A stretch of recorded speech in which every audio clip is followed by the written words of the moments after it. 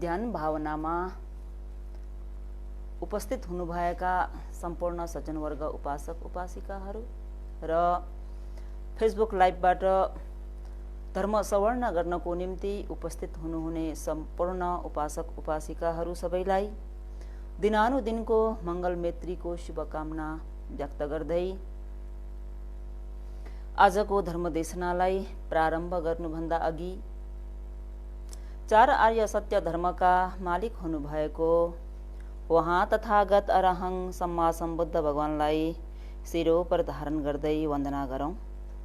सुगतं सुगतं सेठं कुशलं कुशलं जहं अमतं अमतं सन्तं असमं असमं ददं शरणं शरणं लोकं अरणं अरणं करं अभयं अभयं ठानं नायकं नायकं नमे।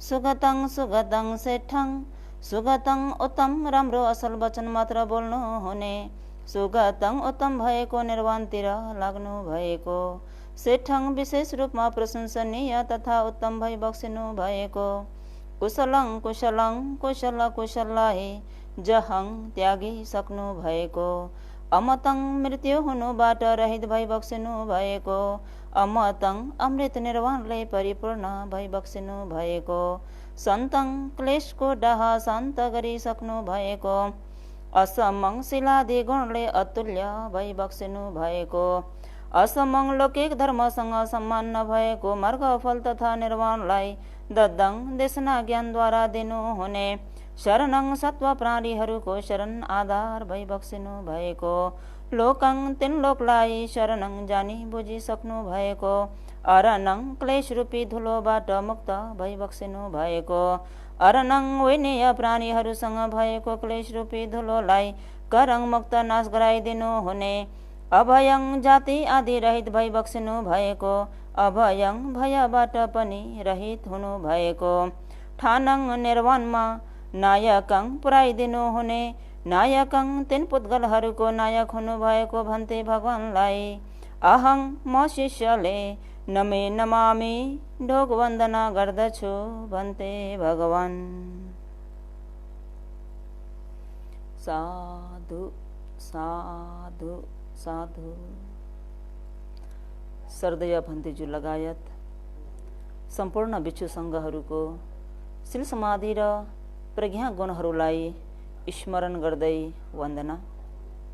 आभूसो लगायत सज्जनवर्ग योगी उपासक उपासिकाहरूप्रति दिनानुदिनको मैत्री मङ्गलको शुभकामना व्यक्त गर्दै आजको धर्मदेशनालाई प्रारम्भ गरौं। त आज सज्जनवर्ग योगी उपासक उपासिकाहरूलाई शीलको विषयमा लिएर उपकार गर्नेछु। त शील भनेको के हो त भन्दा सदाचारलाई शील भनिन्छ सज्जनवर्गहरू हो। शील भनेको नै सदाचार हो। शील शुद्ध हुन के गर्नुपर्छ त भन्दा काय कर्म र वचन कर्म यानि शरीर र वचनलाई संयम गर्नुपर्ने हुन्छ, सुरक्षा गर्नुपर्ने हुन्छ। शील शुद्ध गर्नको निम्ति शरीर र वचनलाई सुरक्षा र संयम गर्नुपर्ने हुन्छ। शरीर र वचनलाई संयम गर्न सकियो भने शील परिशुद्ध हुन्छ। यदि शरीर र वचनलाई संयम गर्न सकिएन भने शील शुद्ध हुँदैन। शील भन्ने बित्तिकै सज्जनवर्गहरू हो, तपाई हामीहरूको शरीरको सर्वोत्तम अङ्ग के हो त भन्दा शिर भनिन्छ। शिर भनेको टाउको, उघाउ। मानिसहरूको शरीरमा भएको अङ्गहरू मध्ये सर्वोत्तम अङ्ग भनेको शिर हो। किन शिरलाई सर्वोत्तम अङ्ग भनियो त भन्दा देख्ने, सुन्ने, सुँघ्ने, रस लिने आदि गरिएका जति पनि चिजहरू छन् त्यो शिरमा पर्छ, शिर अन्तर्गत पर्छ। त यस मानेमा मानिसहरूको सर्वोत्तम अङ्ग भनेको नै शिर हो। यदि कुनै मानिसको शिर छैन भने उक्त मानिसलाई चिन्न पनि गाह्रो हुन्छ। तर कुनै व्यक्तिको हात छैन, खुट्टा छैन, शरीरको कुनै अङ्ग प्रत्यङ्गहरू छैनन् तर पनि शिर छ भने यो फलानो व्यक्ति हो भनेर तपाई हामीहरूले सहज रूपमा चिन्न सक्छौं। शिरै छैन भने उक्त व्यक्तिको अन्य अङ्गहरू जति नै सम्पन्न भए तापनि उक्त व्यक्तिलाई चिन्न सकिँदैन। त्यस्तै गरी भगवान शास्ताको शासनमा पनि शिर भनेको अति नै महत्त्वपूर्ण छ। र किन शिल महत्त्वपूर्ण छ त भन्दा भगवान शास्ताको शासन भनेको शिलबाट प्रारम्भ गर्नुभएको कारणले बुद्ध शासनको आयु भनेको नै विनय हो, यानि शिल हो। कुनै एउटा घर बनाउनु पर्यो भने जग दरिलो छ, फाउन्डेसन राम्रो हालेका छौँ भने त्यो घर मजबुत बन्छ। त्यस्तै गरिकन बुद्ध शासनमा पनि जुन जग भएको, फाउन्डेसन भएको शिललाई तपाईँ हामीहरूले शुद्ध रूपमा पालन गर्नुपर्ने हुन्छ, सुरक्षा गर्नुपर्ने हुन्छ। शिल सुरक्षा गर्नको निम्ति अघि पनि भने शरीर र वचनलाई संयम गर्नुपर्ने हुन्छ। कायाज्ञान र वजीज्ञानलाई ठैन गर्नुपर्ने हुन्छ। र शिल कुन अवस्थामा पालन गर्न पुगिन्छ त भन्दा जुन बेला हिरी र ओत्तप्प भन्ने धर्म हुन्छ उक्त समयमा मात्रै शिललाई पालन गर्न सकिन्छ। हिरी भनेको अकुशल गर्नमा लज्जाउनु र ओत्तप्प भनेको अकुशल गर्नमा डर मान्नु सज्जनवर्गहरू हो। यो दुईटा कुरा भयो भनी बल्ल प्राणीहरूले शिललाई पालन गर्ने गर्छन्। र यहाँनिर शिल पनि विभिन्न प्रकारका छन्। त विभिन्न प्रकारका शिल मध्येबाट जस्तो साधारण पृथकजनहरूले पालन गर्नुपर्ने शिल पञ्चशील, अष्टशील, नवमशील, दशशील आदि गरिएको शिललाई गहठशील भनिन्छ। गहठशील यानि गृहस्थ आश्रममा भएका उपासक उपासिकाहरूले पालन गर्नुपर्ने शिल। जस्तो पञ्चशील भनेको दैनिक जीवनमा पालन गर्न पर्यो भने अष्टशील भनेको बेला बखतमा अष्टमी, औँसी, पूर्णे जस्ता महत्त्वपूर्ण दिनहरूमा पालन गर्ने गरिन्छ। भनी यहाँनिर यो विभिन्न प्रकारको शिल अन्तर्गतमा के पनि देखाइएको छ त भन्दा अष्टशील धारण गर्न चाहने कतिपय उपासक उपासिकाहरू हुनुहुन्छ, तर उहाँहरूलाई विभिन्न कारणवश, स्वास्थ्यको कारणले वा यो वृद्ध भएको कारणले, औषधि सेवन गर्नुपर्ने कारणले, अन्य विभिन्न कारणले अष्टशीललाई धारण गर्न सक्नु भएन। व्यस्तताको कारणले, फुर्सद नभएको कारणले अष्टशीललाई धारण गर्न सक्नु भएन भनिरे उक्त उपासक उपासिकाहरूले के गर्न सक्नुहुन्छ त भन्दा काल पर्यन्त शिल भन्छ। काल पर्यन्त भनेको समयलाई निर्धारित गरेर अक्षैगो कन्त पिमारे है, समयलाई निर्धारित गरेर अष्टशीललाई धारण गर्न सकिन्छ, पालन गर्न सकिन्छ। कस्तो त भन्दा सज्जनवर्ग योगीहरूले अहिले यो पाउने 7 देखि लिएर 9:15 बजेसम्मको यो जुन समय छ यो समय हामीहरूको धर्म सवर्ण गर्ने र ध्यान भावना आचरण गर्ने समय हो। उक्त समयमा हामीहरूले ध्यान भावना आचरण गरुन्जेल र धर्म सवर्ण गरुन्जेल यो समय अवधि भोरी चाहिँ मैले अष्टशील धारण गर्छु भनेर धारण गरिएको खण्डमा त्यसरी समयलाई निर्धारित गरेर अक्षैलाई कन्तट्य गरेर लिएको शिललाई चाहिँ काल पर्यन्त शिल भनिन्छ। यसरी पनि तपाईँ हामीहरूले अष्टशीललाई आफूलाई अनुकूल भए मुताबिक पालन गर्न सकिन्छ। हुन त अष्टशील कसैले आधा दिन पनि पालन गर्छन्, कसैले दिनभरि पनि पालन गर्छन् पनि कतिपयले आजीवन पनि पालन गर्छन्। त्यसमा कसैले पालन गर्ने मौकै पाइएन, हामीलाई विभिन्न कारणले हामीले पालन गर्ने अवसर मिलेन, समय सुलभ भएन भन्ने हुनुहुन्छ भने उहाँहरूले काल पर्यन्त यानि अक्षैलाई कन्तट्य गरेर, अहिले मैले उदाहरण पनि दिए, पाउने 7 बजेदेखि लिएर पाउने 9 बजेसम्म यो समयलाई चाहिँ हामीहरूले अष्टशील धारण गर्छौँ यो समय अवधि भोरी भनेर यसरी अष्टशीललाई धारण गर्न सक्नुहुन्छ। भनी दैनिक जीवनमा कुन शीललाई पालन गर्नुपर्ने हुन्छ त भन्दा पञ्चशीललाई।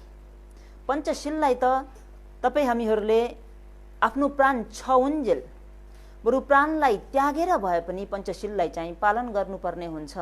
कस्तो त भन्दा कम्मरमा बाँधेको पटुका भन्दा पनि अझ दह्रो हुने गरी चाहिँ पञ्चशीललाई पालन गर्नुपर्ने हुन्छ। त पञ्चशील भन्ने बित्तिकै सज्जनवर्गहरूलाई अवगत भएकै होला। नम्बर 1 मा पानादि पाता वैरमणि, मैले कुनै पनि प्राणीलाई हिंसा गर्दिन। आजबाट मैले जानेर बुझेर कुनै पनि प्राणीलाई हिंसा गर्दिन। त स्वयं आफैले हिंसा गर्दिन, मैले शील पालन गरेको छु मात्र भनेर भएन रे। पानादि पाता वैरमणि भनेर शील अधिष्ठान गरे जस्तै अन्य व्यक्तिहरूलाई पनि पानादि पाता यानि हिंसा गर्न लाउन हुँदैन। मैले त आज शील लिएको छु, मैले त प्राणी हिंसा गर्दिन, तर अन्य सदस्यहरूलाई प्राणी हिंसा गर भनेर भन्न हुँदैन रे। यदि भन्न पुगियो भने त्यो पनि प्राणी हिंसा गरे बराबरकै पाप भोग्नुपर्ने हुन्छ, दोष लाग्छ, अकुशल हुन्छ। आफूले प्राणी हिंसा नगरे तापनि प्राणी हिंसा गरे बराबरकै फल भोग गर्नुपर्ने हुन्छ। यति मात्र होइन रे, हामीले त पञ्चशील धारण गरेका छौँ, स्वयं आफैले पनि प्राणी हिंसा गर्दैनौँ, अरूलाई पनि गर्न लगाउँदैनौँ र कहिले कसो घरमा मुसाले दुःख दिन सक्छ, गर्मीको समयमा लमखुट्टेले दुःख दिन सक्छ, कहिलेकाहीँ किचनमा साङ्ला किराहरूले दुःख दिन सक्छन्। त्यो समयमा लु त लु मैले त एकदम शील पालन गरेको छु, तिमीहरूले चाहिँ यसो यो प्राणीहरूलाई मार्ने कुनै औषधिहरू ल्याएर छर त हाल त भनियो भनी रे, त्यो आफूले नगरे तापनि गरे बराबरकै दोष लाग्छ र आफूले पनि गरिएन, अरूलाई गर्न पनि लगाइएन, तर घरको कुनै सदस्यले आफै जानेर बुझेर एकदमै दुःख दियो हो भनेर चाहिँ त्यो प्राणीहरूलाई मार्नको निम्ति विभिन्न प्रकारका औषधिहरू ल्याएर छरे राखे हाले भने मनबाट गत गत गत भएर खुसी हुनु हुँदैन। मैले त शील लिएको, मैले भन्न हुँदैन थियो, यिनीहरूले कस्तो बुझेर जानेर गरिदिए, एकदमै ठिक काम गरे भनेर मनमा चित्त बुझेको मनले बस्नु हुँदैन रे। यदि त्यो प्रकारको मन राखियो भने पनि बराबरको दोष भोग गर्नुपर्ने हुन्छ। स्वयं आफैले नगरे तापनि आफूले गरे सरकै नै दोष भोग गर्नुपर्ने हुन्छ भने आफूले पनि मारिएन, अरूलाई पनि मार्न लगाइएन, मारेकोमा सहमति पनि जनाइएन, खुसी पनि भइएन। तर कुनै कुनै बेलामा कुनै कुनै प्राणीहरूलाई धेरै दुःख दिएको कारणले गर्दा कसैले आएर उनीहरूलाई पिटे, दुःख दिए, मारे भने यसलाई त यस्तै गर्नुपर्ने थियो, ठिक छ तिमीले एकदम ठिक गरिदियौ नि भनेर उनीहरूलाई प्रेरणा पनि दिनु हुँदैन रे। यदि यसरी प्रेरणा दिइयो भने पनि तपाईँ हाम्रो शील बिग्रिन्छ। शील बिग्रिने मात्र होइन, शील पालन नगरेको कारणले लाग्ने दोष पनि बराबरी नै भोग गर्नुपर्ने हुन्छ। भने दोस्रो नम्बरमा छ अध्ययन दान, अरूले नदिएको समान वस्तु चोरेर लिन्न, अरूले नदिएको समान वस्तुलाई चोरेर नलिने शिक्षापथलाई पालन गर्छु भनेर शील लिइसकेपछि फेरि भन्नु होला हामीले त कसैको पनि समान वस्तु चोर्न गएका छैनौँ, हाम्रो शील शुद्ध छ भन्नु होला। कहिलेकाहीँ शील अधिष्ठान गरेर बिहार जाने क्रममै किन नहोस्, बाटोमा हिँड्दा हिँड्दै अरूको बगैँचामा रोपेको फुल अति नै राम्रो गरी फुलेको छ र त्यो फुल उसको बेराभित्र मात्रै नभइकन बेरा बाहिर पनि आएर चाहिँ अति नै सुन्दर रूपमा फुलेको फुल देखियो र भगवानलाई चढाउन पा, यो फुल टिपेर चाहिँ भगवानलाई चढाउन पा भनेर मालिकलाई नसोधिकन यदि टिपियो भने त्यो पनि अध्ययन दाना हुन्छ। किन त भन्दा त्यो आफ्नो अधीनमा भएको वस्तु होइन, अरूले रोपेर अरूले सारेर फुलेको फुललाई नसोधिकन त्यसरी टिप्नु हुँदैन। यदि टिपियो भने के हुन्छ त भन्दा शील बिग्रिन्छ। त्यति मात्र होइन, अध्ययन दान भन्ने बित्तिकै जस्तो व्यापार गर्नेहरूले लेख हो रे भन्छ नि बर्मामा है, लेख हो रे गर्यो भने पनि अध्ययन दान हुन्छ, चोरी कर्म हुन्छ। लेख हो रे भनेको कस्तो त भन्दा 1 केजी सामान किनेको तर जोग्दाखेरि चाहिँ 900 ग्राम मात्रै जोखेर हालिदियो भने त्यो पनि अध्यन्न दाना हुन्छ। त्यही भएर तपाईँ हामीहरूले सिललाई शुद्ध गर्नको निम्ति कुनै प्रकारको लेखोरा गर्ने काम गर्न हुँदैन र सक्कलीलाई नक्कलीलाई सक्कली भनेर पनि बेच्न हुँदैन। ठुलो ठुलो चोरी कर्म नगरे तापनि सानातिना सिल बिग्रिने कार्यहरू भइरहेको हुन्छ। यो कुरालाई तपाईँ हामीहरूले ध्यान दिनुपर्ने हुन्छ। र हिजो आज त मोबाइलको जमाना आयो। आधुनिक युगमा हरेकको हातमा मोबाइल हुन्छ। कहिलेकाहीँ आफूलाई अपरझट पर्दाखेरि आतुरी पर्दाखेरि मोबाइलमा भ्यालेन्स सिद्धिएको हुन्छ अनि साथीहरूको मोबाइललाई एकछिन ल्याउन है तिम्रो मोबाइल यसो हेरौँ त भनेर मागेर चाहिँ सुटुक्कै कल गरियो भने पनि अध्यन्न दाना हुन्छ। बरु भनेर सोधेर मागेरै लिएर गर्नु। मलाई एकल गर्नु थियो मित्र, मलाई एकछिन मोबाइल देऊ न, तिम्रोबाट म एकल गर्छु नि भनेर गरियो भने सिल बिग्रिँदैन। यदि माग्नु त मागियो तर एकछिन हेर्छु भनेर मागेर चाहिँ ठगेर ढाँटेर अरूलाई कल गरियो भने अध्यन्न दानाको दोष लाग्छ। सज्जनवर्गहरू हो, ठुलो चोरी कर्म नभए तापनि सानातिना गल्तीहरू दोषहरू भइ नै रहेको हुन्छ। त यी कुराहरूलाई तपाईँ हामीहरूले ध्यान दिनुपर्ने हुन्छ।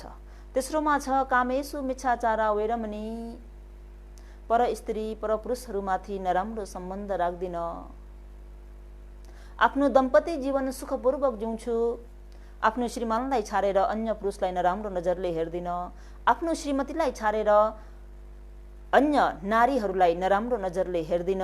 जसरी नारीहरूले पतिव्रता धर्मको रक्षा गर्छन् भने पुरुषहरूले पनि पत्नीव्रता धर्मको रक्षा गर्नुपर्छ। र चौथोमा मुसावादा, झुटो कुरा बोल्दिन। झुटो कुरा यहाँसम्म बोल्न हुँदैन कि सज्जनवर्गहरू हो, ठट्टाको निम्ति पनि रमाइलो गर्नको निम्ति पनि झुटो कुरा बोल्न हुँदैन।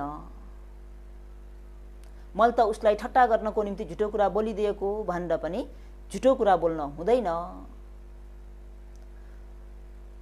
र व्यापार गर्नेहरूले भन्ने गर्छन् हामीले त के गर्नु, व्यापार गर्नुपर्छ, व्यापार गर्दाखेरि झुटो नबोलिकन सुखै छैन भनेर भन्ने गर्छन्। त व्यापार गर्दाखेरि झुटो कुरा नै बोल्नुपर्छ भन्ने छैन सज्जनवर्गहरू हो। प्राय कसरी चाहिँ झुटो कुरा बोल्न पुग्छन् त भन्दा जस्तो कुनै पनि चिजलाई मानिलियौँ कि 200 मा किनेर ल्याउनु भएको छ र किन्ने ग्राहक आउँदाखेरि 200 मा किनेको माललाई 300 भनिदिने अनि 300 भनेर चाहिँ उसले होइन हजुर अलिकति मिलाउनुस् न भन्यो भने होइन मेरो नै 250 परेको छ हजुरलाई कति मिलाइदिनु, मिलाउन सकिँदैन भनेर यसरी झुटो बोल्नु हुँदैन। तपाईले जतिमा किनेर ल्याए तापनि तपाईहरूले किनेको रकम किन देखाउनु पर्यो? आफूले बेच्न सक्ने नसक्ने हजुर भाइ हजुर दिदी मैले त यतिमा मात्रै दिन सक्छु है, मलाई पोसाउँदैन भने त सिद्धि गर्ने, त्यहाँ झुटो कुरा बोल्नुपर्ने आवश्यकता नै छैन। तर बराई चराई गरेर फाल्टु कुराहरू गरेर चाहिँ के गर्न पुगिन्छ त भन्दा झुटो बोल्न पुगिन्छ। र पाँचौंमा सुरा मेरय मज्जपमा दठाना वैरमणि, जाँड रक्सी अफिन गाँजा लागु पदार्थ आदि सेवन गर्दैन। यो नशालु चिज सेवन गर्नाले भएको सम्पत्ति पनि ह्रास हुन्छ, शरीरमा नलागेको रोग उत्पन्न हुन्छ, भएन भनेर आफ्नो परिवारजनहरूको पनि सुरक्षा हुँदैन, सबैले जनियाको सन्तान भनेर हेप्छन्। त म यस्तो नशालु चिज सेवन गर्दिन भनेर यो सुरापानलाई पनि त्याग गर्नुपर्छ र सेवन गर्न हुँदैन। कतिपयहरूले भन्ने गर्छन् हामीले त सधैँ त पिउँदैनौँ तर कहिले कसो अलिकति औषधिको रूपमा लिने गर्छौँ रे, अनि लिहाले पनि झगडा कलह गरेर बस्दैनौँ, एकदमै लिइसकेपछि आनन्दपूर्वक सुखसँग गएर सुत्छौँ भन्ने गर्छन्। यदि कसैसँग कलह गरिएन झगडा गरिएन भने त बाहिरको व्यक्तिले उक्त व्यक्तिले सुरापान गरेको छ भन्ने कुरा चाल नपाउला, बाहिरबाट हुने जुन अपहेलनहरू हो उक्त अपहेलन नहोला। तर थोरै भए पनि सुरापान गरेर सुतेको छ भने उक्त व्यक्तिको आफ्नो निम्ति चाहिँ हानि हुन्छ रे सज्जनवर्गहरू हो।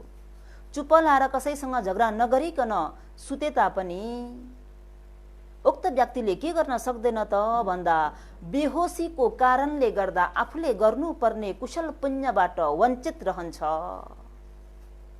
सुत्नुभन्दा अगावै भगवानलाई ढोक वन्दना गर्नुपर्ने, सुत्नुभन्दा अगावै पञ्चशील अधिष्ठान गर्नुपर्ने, सुत्नुभन्दा अगावै आफूले प्राप्त गरेका तिथि कुशल पुण्यहरूलाई 31 भुवन चराचरमा भएका प्राणीहरूलाई बाटेर दिनुपर्ने, सुत्नुभन्दा अगावै प्राणीहरूको हित सुखको निम्ति मैत्री कामना गर्नुपर्ने, यी जम्मै कुशल पुण्यहरूबाट ऊ वञ्चित हुन्छ। पिएर ऊ मख परेर चाहिँ झप्प सुतिदिन्छ। आफूले पाउनुपर्ने कुशल पुण्यबाट वञ्चित हुने कारणले गर्दा थोरै पनि धेरै पनि सेवन गर्न हुँदैन। यो भयो गृहस्थहरूले दैनिक जीवनमा पालन गर्नुपर्ने शील। भनी कतिपय अपयोजीहरू होलान्, लुब्योजीहरू होलान्, त्यसमा पनि कतिको श्रीमान नभएका उपासिकाहरू पनि होलान्, कतिको श्रीमती नभएका उपासकहरू पनि होलान्। उहाँहरूले कस्तो शील पालन गर्न सक्नुहुन्छ त भन्दा ब्रह्मचर्य पञ्चशीललाई पालन गर्न सक्नुहुन्छ सज्जनवर्गहरू हो। ब्रह्मचर्य पञ्चशील भनेको कस्तो त भन्दा दैनिक जीवनमा आफूले पालन गर्ने पञ्चशील अन्तर्गतको कामेषु मिच्छाचारको ठाउँमा चाहिँ अब्रह्मचर्य वैरमणी भनेर ब्रह्मचर्य पञ्चशीललाई धारण गर्न सक्नुहुन्छ, पालन गर्न सक्नुहुन्छ। विभिन्न शील अन्तर्गतको यो पनि एउटा हो। भनी कतिपय व्यक्तिहरूले शील पालन गर्दा के गर्ने गर्छन् त भन्दा प्रशंसा, कसैले प्रशंसा गर्दै हुन्थ्यो भनेर प्रशंसाको निम्ति पनि शील पालन गर्छन्। त प्रशंसाको निम्ति शील पालन गर्न पुगियो भने उक्त शीललाई हीन शील भनिन्छ। भने कतिपय व्यक्तिहरूले चाहिँ शीलको प्रभावले मैले शील पालन गरेको कारणले सुगतिमा जान पाम, यानी स्वर्गलोकमा उत्पन्न हुन पाम भनेर यदि इच्छा गर्छ भने उक्त शीललाई मध्यम शील भनिन्छ, मध्यम शील। भने कतिपय व्यक्तिहरूले चाहिँ साँच्चीकै धर्मलाई राम्रोसँग बुझेर शीलको प्रभावलाई थाहा पाएर राम्रोसँग भित्री मनबाट शील पालन गर्नु भनेको सुगति मात्र नभइकन निर्वाणको द्वारसम्म पुर्याउन सक्छ भनेर शीलप्रति पूर्ण विश्वास गरेर पालन गर्छ भने उक्त शीललाई के भनिन्छ त भन्दा पण्डित शील भनिन्छ। है, विभिन्न शील अन्तर्गतको यी शीलहरू पनि पर्छन्। भने तपाई हामीहरूले पालन गर्ने शील अन्तर्गतमा चारित्रशील र वारित्रशील भनेर पनि आउँछ। यो चारित्रशील र वारित्रशील भनेको के हो त भन्दा वारित्रशील भनेको भगवान शास्त्रले आज्ञा गर्नुभएको, भगवान शास्त्रले आदेश गर्नुभएको, जस्तो कि भिक्षुहरूको निम्ति भिक्षुहरूको पातिमोक्ष संवरशील, इन्द्रिय संवरशील आदि गरिएका भिक्षुहरूको शील, त्यस्तै गरिकन श्रामणेहरूलाई दिनुभएको जुन आदेशशीलहरू छन्, त्यस्तै गरिकन गृहस्थ उपासक उपासिकाहरूको निम्ति दिइएको पञ्चशील, यसलाई भनिन्छ वारित्रशील। यानी भगवान शास्त्रले आज्ञा दिनुभएको तिमीहरूले गृहस्थ आश्रममा बसे तापनि पञ्चशीललाई बिगार्नु हुँदैन, प्राणी हिंसा गर्न हुँदैन, अरूले नदिएको समान वस्तु चोर्न हुँदैन आदि गरिएका पञ्चशीललाई बिगार्नु हुँदैन भनेर भगवान शास्त्रले आदेश गर्नुभएको शीललाई वारित्रशील भनिन्छ। भने चारित्रशील भनेको के हो त भन्दा चारित्रशील भनेको आफूले पूरा गर्नुपर्ने कर्तव्य,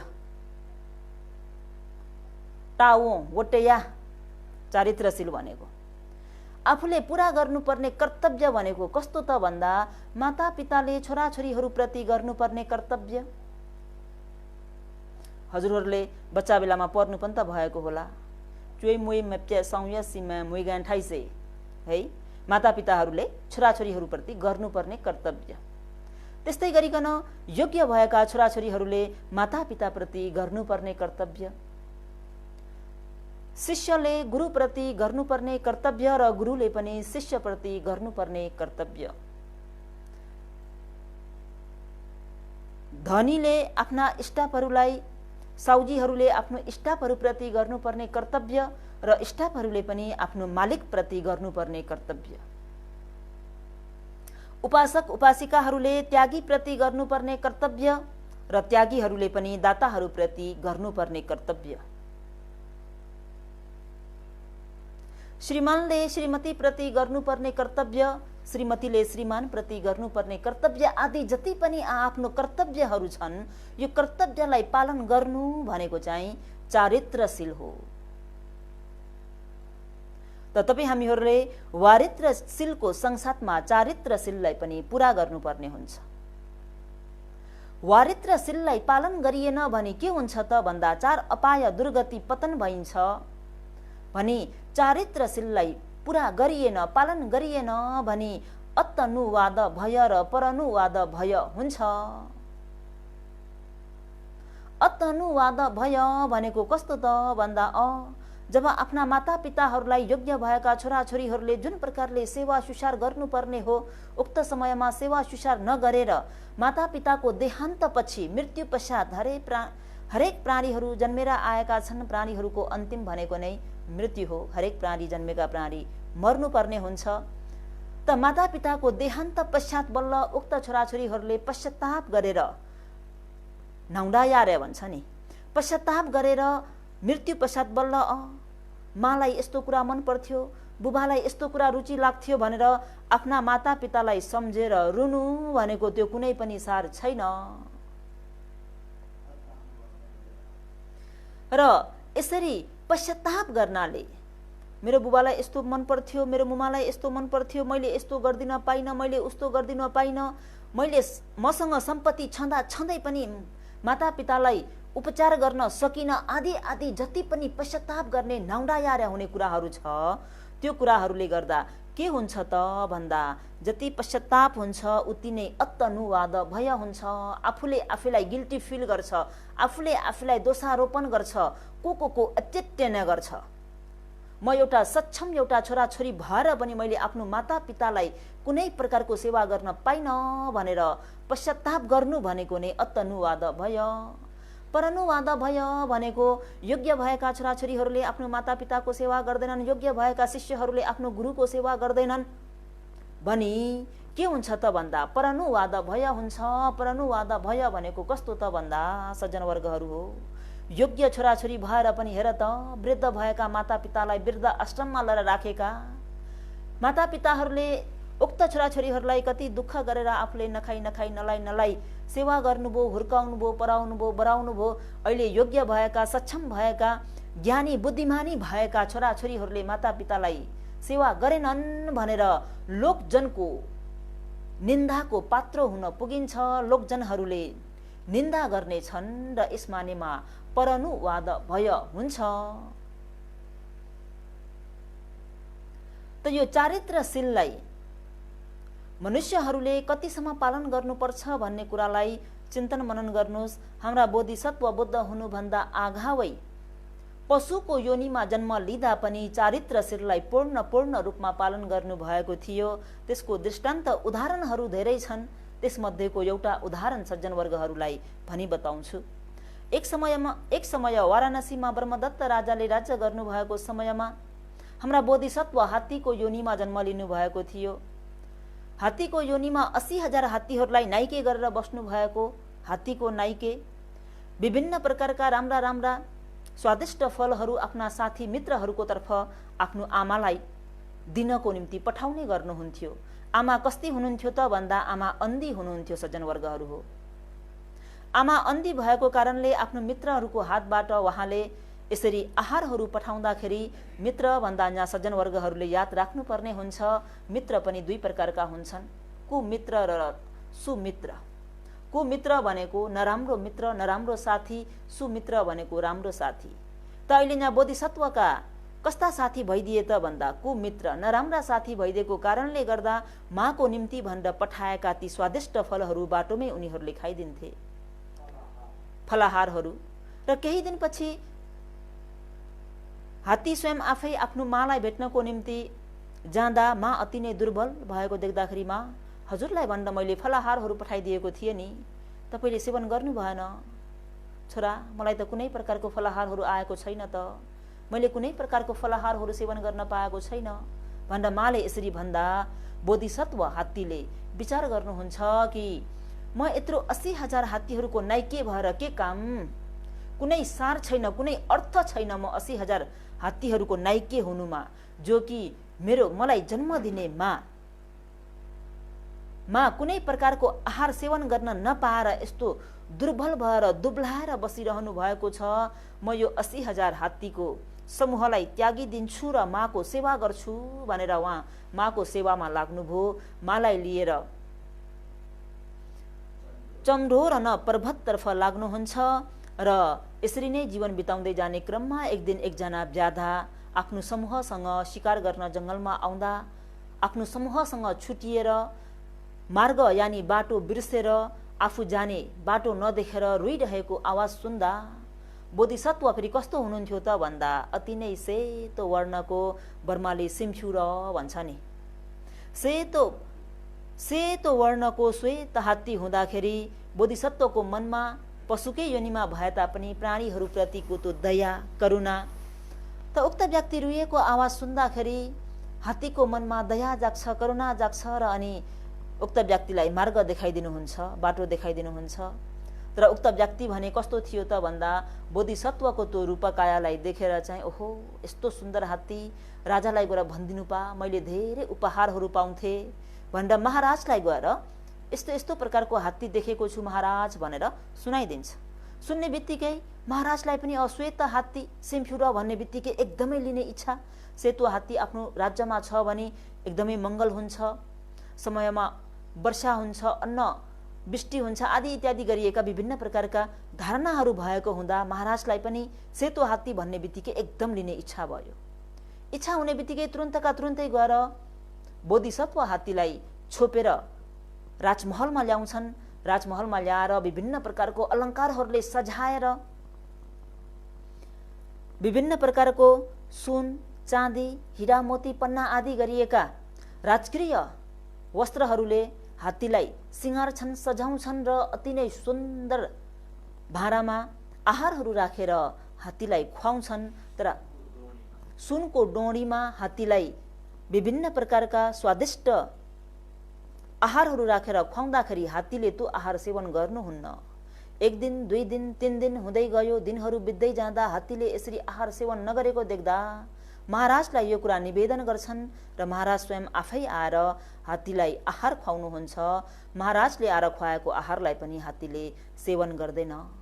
यसरी हात्तीले सेवन नगर्दा महाराजले सोध्नुहुन्छ, हैन तिमीलाई यति स्वादिष्ट आहारहरू दिँदा पनि किन सेवन नगरेको भनेर सोद्धाखेरि त्यो समयमा बोधिसत्व हात्तीले भन्नुहुन्छ कि के भन्नुहुन्छ त भन्दा मैले यहाँनिर राजकीय अति नै मिठा मिठा राजसी भोजन सेवन गरेर के गर्नु, त्यो चण्डोरन पर्वतमा अन्धी हात्ती के गरिरहेकी होलिन् भनेर यसरी विलाप गर्दाखेरि महाराजले हैन त्यो अन्धी हात्ती चाहिँ तिम्रो को हो र, तिम्रो को पर्छ भनेर सोद्धा उक्त अन्धी हात्ती अन्धा भएको कारणले यताउता जाँदा पनि ठेस लाग्दै लड्दै कति चोटपटक सहेर दुःख कष्ट गरेर चाहिँ चन्द्रोरन पर्वतको गुफामा बसिरहेकी अन्धी हात्ती अरू होइन महाराज, मलाई जन्म दिने मेरो माँ हुनुहुन्छ भनेर यसरी महाराजलाई सुनाउँदाखेरि महाराजले कुरा बुझ्नुहुन्छ कि ओहो माँको सेवा गरेर बसेको हात्तीलाई पो हामीले छोपेछौँ,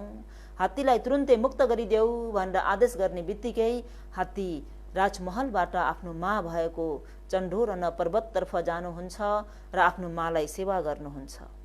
जहाँनिर हात्तीले आफूलाई प्राप्त भएको राजसी भोजनलाई किन सेवन गरेनन् त भन्दा आफूले पालन गरिएको चारित्रशीललाई नत्यागिकन बरु भोजनलाई त्यागिदिनुभयो, भोजनलाई त्रिलञ्जली दिनुभयो तर आफ्नो चारित्रशीललाई हटाउनु भएन, जो कि एउटा योग्य छोराछोरीले मातापितालाई गर्नुपर्ने सेवा कर्तव्य।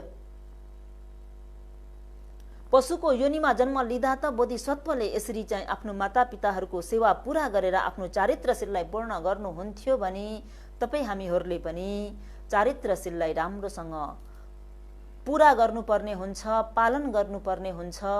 शील पालन, यो चारित्रशीललाई राम्रोसँग पालन गर्न सकिएन भने अघि भने जस्तै अतानुवाद भय परानुवाद भय आइलाग्छ र यति मात्रै नभइकन तपाईँ हामीहरूले जुन वारित्रशीललाई पूर्ण रूपमा पालन गर्न चाहेको हो त्यो वारित्रशीललाई पनि पूर्ण रूपमा पालन गर्नको निम्ति चारित्रशीललाई नै सर्वप्रथम त तपाईँ हामीहरूले पूरा गर्नुपर्ने हुन्छ। कर्तव्य पूरा नगरिकन तपाईँ हामीले जति नै सिल लिएको छु भने तापनि त्यो सिल एकदमै परिशुद्ध हुनको निम्ति चारित्रशीललाई पूर्ण रूपमा चाहिँ पालन गर्नुपर्ने हुन्छ र यसरी सिल पालन गरेको कारणले नै सुगति स्वर्गलोक मात्र नभइकन सिलको प्रभावले निर्वाणको द्वारसम्म पनि पुग्न पाइन्छ भन्ने प्रमाण के छ त भन्दा भगवान शास्त्रले एक पालीमा यसरी बताउनु भएको छ। सग्ग रोहानङ सोपानङ अन्यङ सिलङ समङ कुतो द्वारङ वापनङ निभानङ नगरस्स पवेशनङ भनेर उपदेश गर्नुभएको छ सज्जन वर्गहरू हो। विशुद्धि मार्गमा सग्ग रोहानङ सोपानङ अन्य सिलङ समङ कुतो द्वारङ वापनङ निभानङ नगरस्स पवेशनङ। स्वर्गरोहनको लागि सिल जस्तो अर्को भर्याङ अर्को सिँढी अरू छैन सज्जन वर्गहरू हो। भनी निर्वाण नगरमा प्रवेश गर्नको निम्ति निर्वाणको द्वारसम्म पनि केले मात्रै पुर्याउँछ त भन्दा सिलले मात्रै पुर्याउने गर्छ। त यस मानेमा तपाईँ हामीहरूले सिललाई शुद्ध रूपमा पालन गर्नुपर्ने हुन्छ।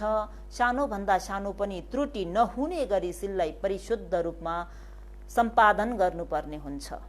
जुन व्यक्तिले सिललाई राम्रोसँग पालन गर्छ उक्त व्यक्तिको गुण दशै दिशातिर फैलिन्छ भनेर भगवान शास्त्रले फेरि विशुद्धि मार्गमा नै यसरी बताउनु भएको छ।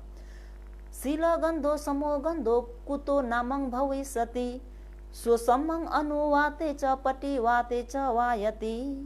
सिलको सुगन्ध जस्तै दोस्रो सुगन्ध अर्को छैन। जुन कि सिलको सुगन्ध भनेको हावा नलाग्ने दिशामा यानि उल्टो दिशातर्फ पनि बहने गर्छ। त यस मानेमा तपाईँ हामीहरूले सिललाई शुद्ध रूपमा पालन गर्नुपर्ने हुन्छ। सिल भनेको हावा नलागेको दिशातिर पनि विपरीत दिशातिर पनि जाने गर्छ। त हावा नलागेको दिशा विपरीत दिशा भन्दा यहाँ भाइ आनन्दले भगवान शास्त्रलाई सोध्नु भएको छ। के सोध्नु भएको छ त भन्दा भगवान शास्त्र श्रावस्तीको जेतवनराम विहारमा विहार लिएर बस्नु भएको समयमा भाइ आनन्दले भगवान शास्त्रलाई बिन्ती गर्नुभन्दा आगावै भाइ आनन्द ध्यानमा बसिरहेको अवस्थामा उहाँको मनमा एक प्रकारको चिन्तन चल्छ। के चिन्तन चल्छ त भन्दा ध्यान बस्दा बस्दै मनमा विभिन्न प्रकारको चिन्तन मध्ये उहाँलाई यो लोकमा विभिन्न प्रकारका सुगन्धहरू छन्, जस्तो कि मूल सुगन्ध, पुष्प सुगन्ध, सार सुगन्ध भनेर विभिन्न प्रकारका सुगन्धहरू छन्। सार सुगन्ध भनेको कस्तो त भन्दा काठ आदिको जुन सुगन्ध छ त्यसलाई सार सुगन्ध भनिन्छ। मूल सुगन्ध भनेको रुखपात जरा आदि जडीबुटीहरूको सुगन्ध र तेस्रोमा फूलको सुगन्ध, चमेली आदि गरिएका फूलहरूको वासना अति नै सुगन्ध युक्त छन्। त यी सुगन्ध भन्दा पनि यी सुगन्ध भनेको केवल हावा आएको दिशातिर मात्रै सुगन्धित हुन्छन्। त हावा नलागेको दिशामा पनि सुगन्ध हुने त्यस्तो कुनै प्रकारको सुगन्ध छ कि छैन होला, भगवान शास्त्रलाई गएर बिन्ती गर्नु पर्यो, सोध्नु पर्यो भनेर भाइ आनन्दले भगवान शास्त्रलाई गएर बिन्ती चढाउनुहुन्छ। छ भाग्यले परिपूर्ण हुनुभएको भन्ते भगवान। लोकमा विभिन्न प्रकारका गन्धहरू छन्, सार गन्ध, मूल गन्ध, पुष्प गन्ध आदि गरिएका गन्धहरू छन्। उक्त गन्धहरू भनेको भगवान शास्त्र हावा आउने दिशातिर मात्रै सुगन्धित हुन्छन् भनी हावा नआउने दिशामा पनि सुगन्ध फैलिने त्यस्तो सुगन्ध कुनै छ के भगवान भनेर भगवान शास्त्रलाई बिन्ती गर्दा भगवान शास्त्रले आनन्द छ नि, हावा नआउने दिशामा पनि सुगन्धित हुने सुगन्धहरू छन् भनेर भगवान शास्त्रले त्यहाँनिर भाइ आनन्दलाई उपदेश गर्नुहुन्छ। सज्जन वर्गहरू हो, के भनेर उपदेश गर्नुहुन्छ त भन्दा न पुफङ गन्धोपट्टि वादमेति न चन्दनं तगर मल्लिका वा सतञ्च गन्धोपट्टि वादमेति सब दिशा सपुरी सोपवाति। पुष्प चन्दन तगर चमेलीको सुगन्ध हावा नभएको ठाउँमा जान सक्दैन, हावा बहेको दिशामा मात्र जान सक्छ। तर सत्पुरुषहरूको सुगन्ध सबै दिशाहरूमा फैलिएर जान्छ। जस्तै चन्दन भनेको श्रीखण्डको सुगन्ध तगर अर्को एक प्रकारको सुगन्ध भनी मल्लिका भनेको चमेली फुलको सुगन्ध हावा बहेको दिशातिर मात्र जान सक्छ, उल्टो दिशातिर जान सक्दैन। सतञ्च सत्पुरुषहरूको यानि बुद्ध, प्रत्येक बुद्ध र श्रावक सङ्घहरूको सिलरूपी सुगन्ध दसैँ दिशामा प्रभावित हुन्छ भनेर भगवान शास्त्रले यसरी भाइ आनन्दलाई उपदेश गरिदिनुहुन्छ सज्जनवर्गहरू हो। र भाइ आनन्दलाई यति मात्रै उपदेश गर्नुभएको नभइकन भगवान शास्त्रले फेरि पनि भन्नुहुन्छ कि हे आनन्द, फूल चमेली तगर आदि गरिएका जति पनि लोकमा भएका विभिन्न प्रकारका सुगन्धहरू छन्, उक्त सुगन्ध भनेको हावा बहने दिशामा मात्रै आउने गर्छ भनी सिलको सुगन्ध जुन हो, जो सत्पुरुषहरूको सुगन्ध, सिलरूपी सुगन्ध, बुद्ध, प्रत्येक बुद्ध, श्रावक सङ्घहरूको सुगन्ध भनेको दसैँ दिशातिर फैलिन्छ, हावा नआएको विपरीत दिशातिर पनि जाने गर्छ भनेर भगवान शास्त्रले फेरि पनि यो कुरालाई स्पष्ट गर्नको निम्ति अर्को गाथाद्वारा उपदेश गरिदिनुहुन्छ। चन्दनं तगरं वापि उपल अथ वसिकी एते सङ्गन्ध जातानं शिल गन्धो अनुत्तरो। चन्दन, तगर, कमलको फूल र चमेलीको फूलको सुगन्ध भन्दा पनि शिलको सुगन्ध अतिक उत्तम छ। अर्थात् श्रीखण्ड, पुष्प आदिको सुगन्ध भन्दा शिलवान सत्पुरुषहरूको शिलरूपी सुगन्ध उत्तम छ, श्रेष्ठ छ, अतुल्यनीय छ भनेर भगवान शास्त्रले यसरी भाइ आनन्दलाई उपदेश गर्नु भएको छ सज्जनवर्गहरू हो। त यो उपदेशबाट के बुझिन्छ त भन्दा जुन विभिन्न प्रकारका सुगन्धहरू छन् लोकमा, ती सुगन्ध भनेको केवल हावा आउने दिशामा मात्रै बहने गर्छ। शिलरूपी सुगन्ध भनेको दसैँ दिशामा फैलिन्छ। शिलको सुगन्ध यहाँसम्म कि मनुष्य लोकमा मात्रै होइन, देवलोकमा मात्रै होइन, ब्रह्मलोकसम्म पनि शिलरूपी सुगन्ध फैलिएको हुन्छ। त उक्त शिलरूपी सुगन्धलाई, शिलरूपी सुगन्धको लेपन गर्नुपर्ने हुन्छ सज्जनवर्गहरू हो। शिलको लेपन गरेर शिललाई परिशुद्ध राख्न सकियो भनी अघि सुरुवातमै पनि भनियो, शिलले तपाईँ हामीहरूलाई सुगतिसम्म मात्रै नभइकन शिलले तपाईँ हामीहरूलाई कहाँसम्म पुर्याउने गर्छ त भन्दा शिलले तपाईँ हामीहरूलाई निर्वाणको द्वारसम्म नै पुर्याउने गर्छ। यस मानेमा सज्जनवर्ग, योगी, उपासक, उपासिकाहरू हो, तपाईँ हामीहरूले आफ्नो शिललाई शुद्ध रूपमा पालन गर्नुपर्ने हुन्छ। र शिललाई कसरी पालन गर्नुपर्ने हुन्छ, कसरी सुरक्षा गर्नुपर्ने हुन्छ त भन्दा फेरि पनि भगवान शास्त्रले विशुद्धि मार्गमा यसरी उपदेश गरी बक्सिनु भएको छ। किकिङ व अण्डङ चमरी बालादि पियङ व पुतनर नयङ नङ व एकगङ तथैव शिलं अनुरक्षमानका सुपेसला होथ सदा सगारवाती। किकिङ व अण्डङ चमरी बालाङधिङ रे सज्जनवर्गहरू हो। भगवान शास्त्रले शिललाई कसरी सुरक्षा गर्ने त भन्दा जसरी रे बट्टाई चराले आफ्नो अण्डालाई कसरी सुरक्षा गर्छ, त्यस्तै गरी चौरीले आफ्नो पुच्छरलाई कसरी सुरक्षा गर्छ।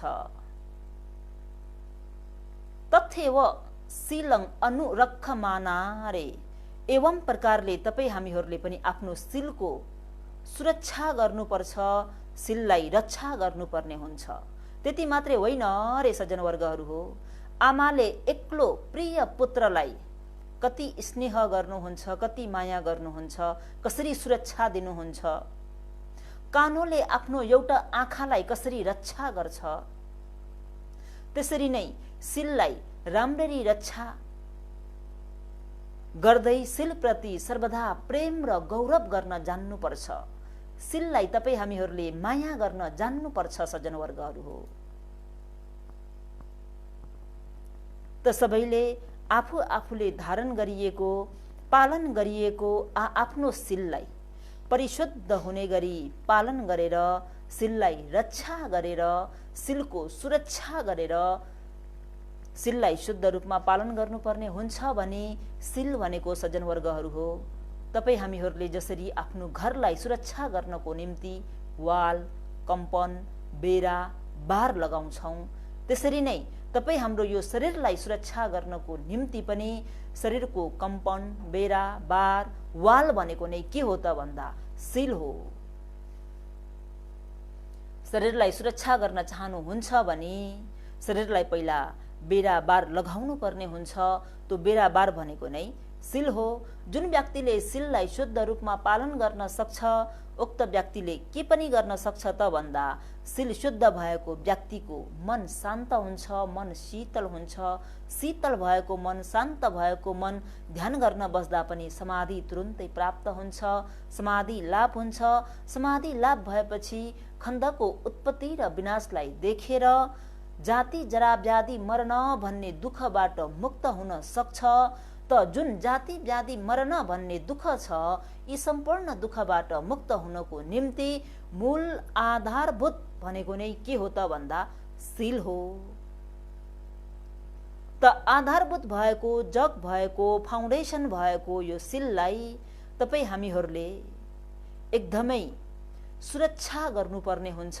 कसरी सुरक्षा गर्ने त भन्दा अघि पनि भने जसरी बट्टाई चराले आफ्नो अण्डालाई कसरी सुरक्षा गर्छ, चौरीले आफ्नो पुच्छरलाई कसरी सुरक्षा गर्छ, त्यस्तै प्रकारले आमाले एकलौते सन्तानलाई कसरी सुरक्षा गर्नुहुन्छ, कानोले आफ्नो एउटा भएको आँखालाई कसरी सुरक्षा गर्छ, त्यसरी नै तपाई हामीहरूले पनि आफ्नो सिललाई सुरक्षा गर्नुपर्ने हुन्छ। सिल रूपी बेरा दरिलो छ, बलियो छ भनी बल्ल यो तपाई हामीहरूले बेरालाई बलियो लगाइसकेपछि बल्ल समाधिको अभ्यास गर्न सकिन्छ। त ध्यान भावना आचरण गर्नुहुने सज्जनवर्ग योगीहरूले यति मात्र होइन कि परम शान्ति सुख निर्वाणलाई चाहना गर्नुहुने, इच्छा गर्नुहुने सज्जनवर्गहरूले सर्वप्रथम त्रिरत्नको शरण सहित पञ्चशील धर्मलाई बिगार्नु हुँदैन। त्रिरत्नको शरण सहित पञ्चशील धर्मलाई बिगार्नु हुँदैन र आफ्नो सिललाई शुद्ध रूपमा पालन गर्नुहोस्, शुद्ध रूपमा सुरक्षा गर्नुहोस्। चारित्र सिललाई पनि पूरा गर्दै, वारित्र सिललाई पनि पालन गर्दै आफ्नो मनुष्य जीवनको सार्थक तुल्याउँदै सिल समाधि प्रज्ञाको अभिवृद्धि गरेर जाति जरा व्याधि मरणबाट मुक्त हुन सकोस् भन्दै समय पूरा भएकोले आजको उपदेशलाई यतिमै अन्त गर्न चाहन्छु। भवतु सब मङ्गलम।